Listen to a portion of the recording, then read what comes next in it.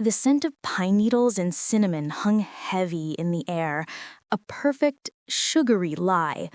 Christmas morning, Portland, and the living room was a blast of warm light and torn wrapping paper. I sat on the sofa, watching my sister, Chloe, twirl a set of airline tickets. The thin paper caught the twinkle of the Christmas tree lights as she held them up like a trophy. "I can't believe it!" she shrieked, bouncing on her toes like a kid. "My own dream vacation!"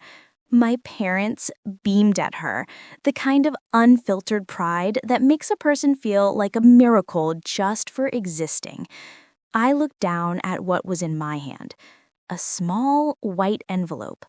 I didn't even need to open it to know what it was, a $5 gift card to a generic coffee shop chain. My dad clapped my shoulder, the sound hollow against the Christmas music. "We know how much you love your lattes, honey. See, we didn't forget you." Chloe's joyful laughter echoed from across the room, a sound so bright and carefree it felt like a physical weight. I managed a tight, polite smile and excused myself, the quiet crinkle of the cheap envelope a stark contrast to the roar of their celebration. I walked up the stairs, past the family photos where Chloe's face dominated every frame, a perfect, smiling angel. My bedroom was a sanctuary of silence, the only place in the house where I could breathe. Later, the house was dark and silent. It was 3 a.m. The only light came from my laptop screen, casting a blue glow on my face.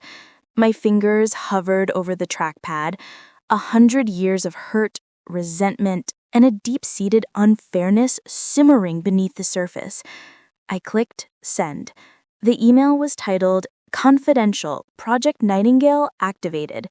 I closed the laptop with a decisive click, plunging the room back into darkness. They thought my gift was a $5 gift card. They had no idea that my gift to them was what would happen next. My name is Ava Jones. I'm 28 years old, and I'm a senior cybersecurity analyst for one of the largest tech firms in the Pacific Northwest. My job is to find vulnerabilities in complex systems. I analyze networks, look for hidden weaknesses, and build safeguards to protect what's valuable. For years, I was good at my job. I just failed to see the biggest vulnerability of all, my own family. 5 years ago, my life was on a different track. I was living in Seattle, thriving in my career, and saving up for a down payment on a small condo. Then my mom was diagnosed with a debilitating illness. Without a word, I packed up my life and moved back to our family home in Portland. The logical daughter, the responsible one. I became my mom's primary caregiver, working remotely from her bedside, managing her medications, and spending my nights researching her condition while the rest of the world slept. My social life evaporated and my career advancement stalled. I told myself it was fine. It was family. It was what you did. Meanwhile, my sister Chloe, who was 2 years younger and a freelance graphic designer, was traveling through Europe. She was finding her inspiration in the cafes of Paris, the museums of Florence, and the beaches of Greece. Her freelance career, of course, was funded entirely by my parents. Every time I was running a risk assessment on a new system at 2 a.m., she was posting a new perfectly filtered photo with a caption like, "Lost in the beauty of Tuscany, so grateful for this journey." The red flags were always there. I just chose to ignore them.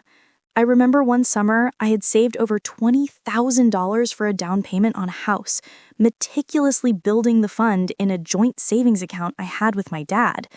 One morning, the balance was gone. I called him, my heart in my throat. He was calm, almost dismissive. "It's for Chloe's urgent artist residency in Italy," he explained, as if that made perfect sense. When I pushed back, trying to explain that it was my money, he sighed. "Ava, don't be selfish. This is a family need." I let it go. I always let it go. I sacrificed my home for theirs. I sacrificed my career for theirs. And my identity was completely consumed by being the good daughter, the one who could be counted on to fix things, to show up, to put them first. It's a role that felt like a shield. I thought my loyalty was a shield that would protect me from ever being a target. I was about to learn just how wrong I was. The ultimate stake in this game wasn't the money, not really. It was my mother's well-being and the sentimental value of our home.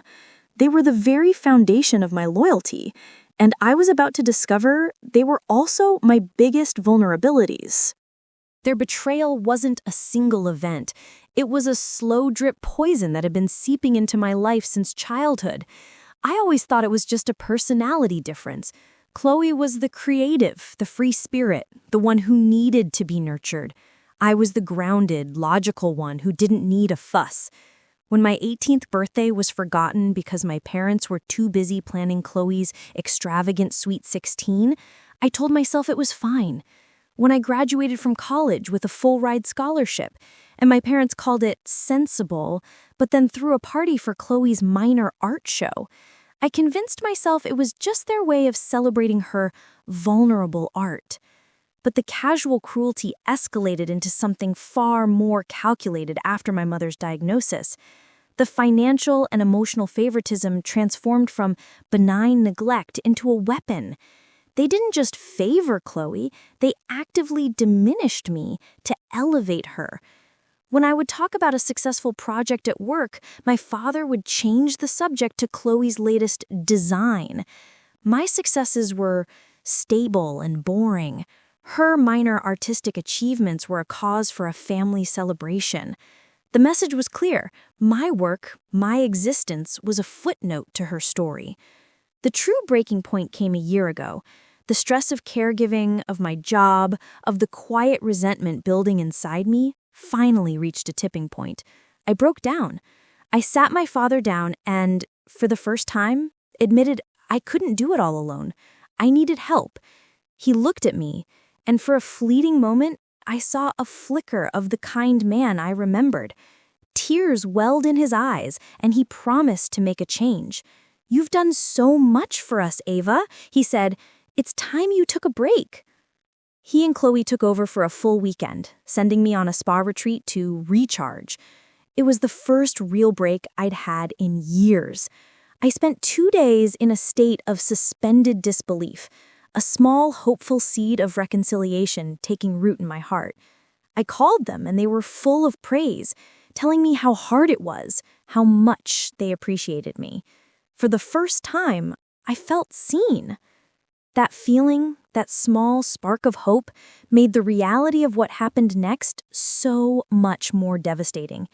When I returned, feeling renewed, I found the evidence by accident.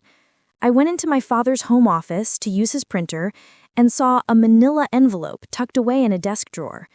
The word confidential was scrawled across it. Curiosity, or maybe instinct, compelled me to open it. Inside were legal documents. Full power of attorney for my mother, signed and notarized, with my father and Chloe listed as the sole agents. Another document named Chloe as the sole beneficiary of my mother's will, effectively disinheriting me.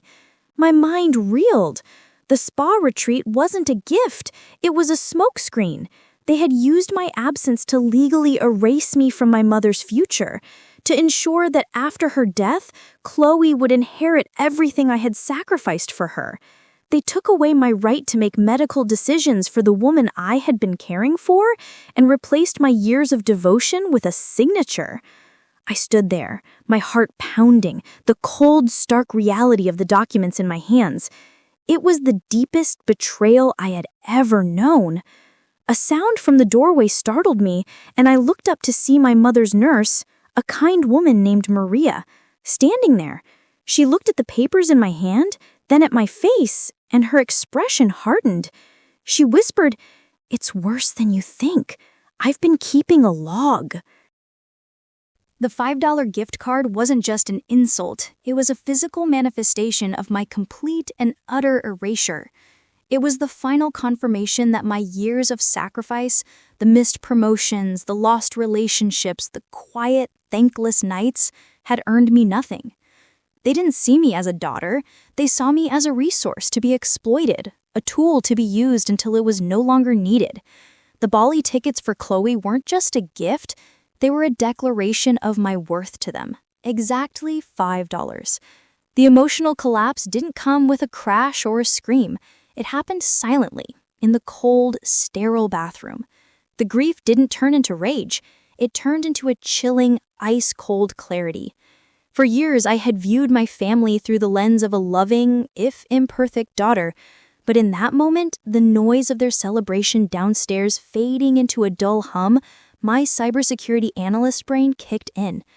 I started seeing them not as a family, but as a hostile network with a critical vulnerability. My father was the firewall, controlling the finances and providing the illusion of security. My mother was the passively compliant user, easily manipulated into a state of emotional dependence.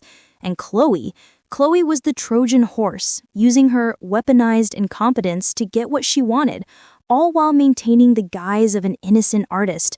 The entire system was designed to protect and enrich her, with me as the sole exploited resource. I thought back to my early days at the tech firm. I was the lead analyst on a top-secret project codenamed Project Nightingale. It was a predictive analytics program, a monster of my own making, designed to identify and exploit systemic weaknesses in what seemed like impenetrable networks. We'd built it to find the blind spots, the hidden backdoors, and the flaws that even the most advanced firewalls couldn't detect. The project had been shelved because it was deemed too aggressive, too ethically murky for a public-facing company. But I'd kept a copy of the source code, the digital key to the kingdom. My father always called my computer skills a hobby. He was about to learn that my hobby had just become his worst nightmare. I drove through the silent, pre-dawn streets from Portland to Seattle, the $5 gift card still clutched in my hand, a useless, infuriating artifact. I didn't stop, didn't rest. The moment I walked into my apartment, I went straight to my home office. For the next 48 hours, I didn't sleep. My world shrank to the glowing screens in front of me as I activated Project Nightingale. The target? My father's personal and business finances. My hands, usually steady, shook slightly as I typed in the commands, feeding the program every piece of financial data I could find, from old bank statements to tax documents I'd had access to over the years.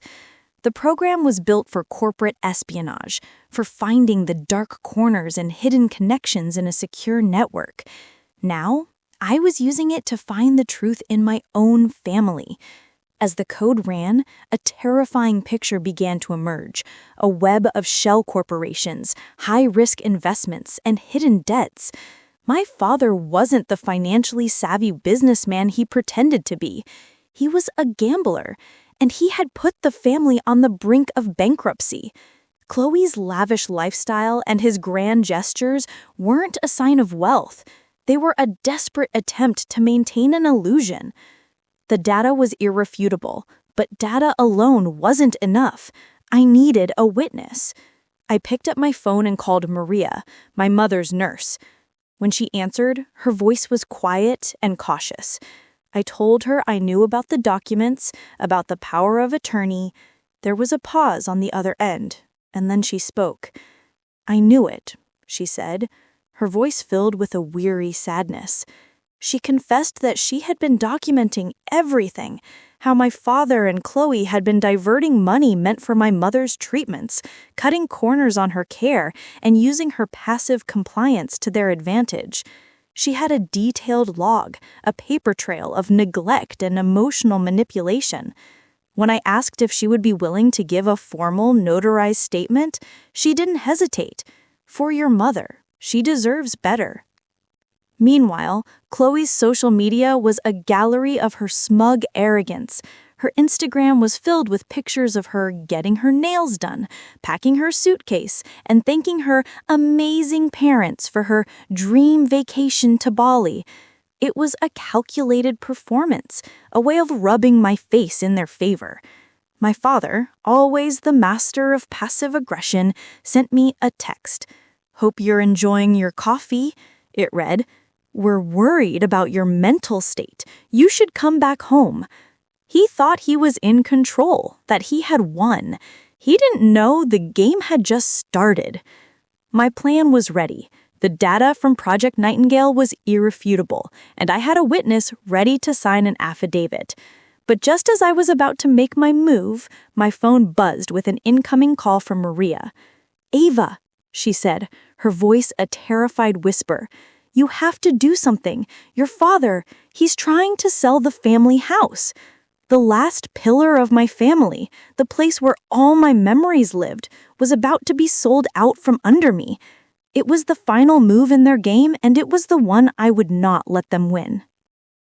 My plan, born in the quiet of a 3 a.m. darkness, was now in motion. I used the old power of attorney documents I still legally held from before my parents' betrayal.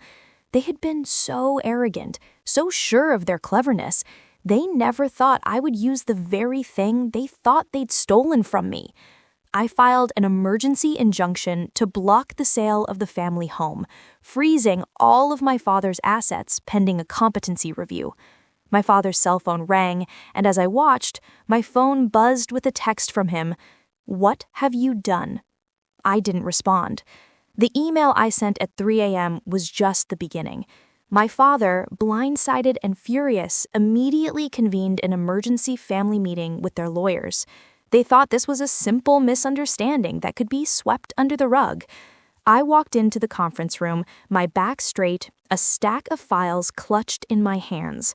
The lawyers were all there, looking at me with a mix of pity and condescension. My father, in his best business suit, tried to paint me as unstable, a vindictive daughter lashing out. "She's had a mental breakdown," he said, his voice dripping with condescension. "We're worried about her." The air in the room was thick with his lies, but I wasn't there to argue. I let him speak, watching as he tried to regain control of a narrative he had already lost. Just as he was gaining ground, my lawyer, a no-nonsense woman with a piercing gaze, slid an affidavit across the table. "This is an affidavit from Maria Rodriguez, your mother's primary nurse," she announced calmly. The room fell silent. My father's face went ashen as the lawyer began to read Maria's notarized testimony, detailing how he and Chloe had been neglecting my mother's care, emotionally manipulating her, and spending money meant for her treatments on themselves. He tried to interrupt, but my lawyer held up a hand. "The evidence is irrefutable." But even that wasn't the final blow. I then stood and, with a remote in my hand, projected a detailed data visualization onto the large screen. It was the full report from Project Nightingale. The screen lit up with a terrifying, undeniable web of my father's disastrous financial dealings, a complex network of shell corporations, hidden offshore accounts, and staggering debt. Each click of the remote revealed another layer of his fraud. The data showed the truth behind his grand gestures and their lavish lifestyle.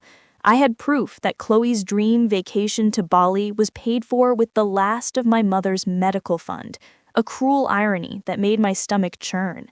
The evidence of financial fraud and elder abuse was overwhelming. The family lawyer, a man who had served my father for years, stood up, his face a mask of shock and disgust. He said, "I cannot ethically continue to represent you," before walking out of the room. They thought it was over, but I wasn't just there to save the house. I was there to save my mother. They had thought my breakdown was a sign of weakness. They thought my love for my mother was a tool they could use against me. They were wrong. With the irrefutable evidence for my investigation, I petitioned the court and was granted full legal conservatorship over my mother and her estate. It was a victory, but a hollow one at first, as I watched my father's life unravel. The state launched a full investigation into elder fraud, and the web of debt I had uncovered with Project Nightingale led to his swift and public financial ruin. His reputation as a savvy businessman evaporated, replaced by the grim reality of bankruptcy and possible criminal charges. For Chloe, the downfall was quieter, but just as devastating. The narrative of her carefree, artistic life came crashing down. The same social circles that had celebrated her for years now turned on her. She was socially exiled. Her reputation as a spoiled, entitled grifter, now a known fact. The Bali vacation never happened. She was forced to get a real job to begin paying back the money she had stolen. The idea of her, for the first time in her life, having to work for a living was a poetic form of justice I never thought I'd see. My new beginning started with a difficult but necessary conversation with my mother. When she was away from the toxic environment, she began to remember things. The little manipulations, the subtle coercions, the way my father and Chloe had turned against me. With the conservatorship in place, I was able to move her to a top-tier assisted living facility near me in Seattle. She began to thrive there, surrounded by caring staff and proper medical attention, finally free from the emotional drain of my family. I put the Portland home on the market. Every memory I had there was tainted.